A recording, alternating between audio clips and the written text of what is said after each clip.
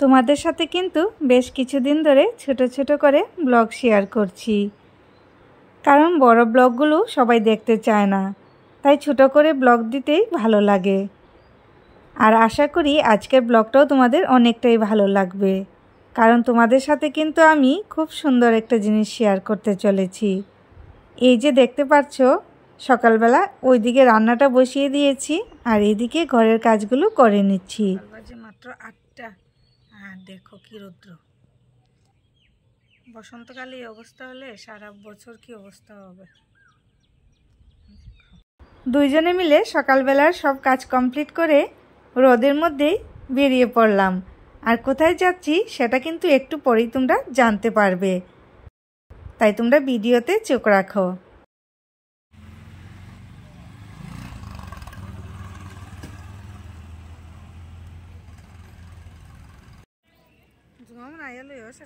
নয়টার সময়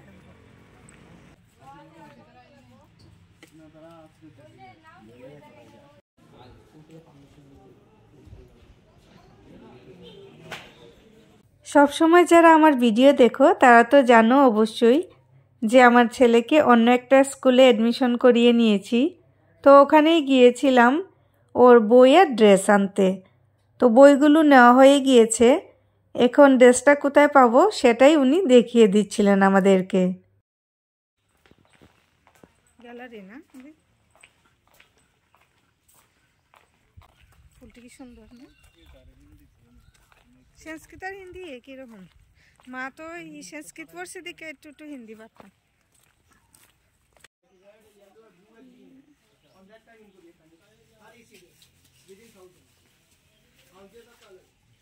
গ্যালারিটা বড় আছে।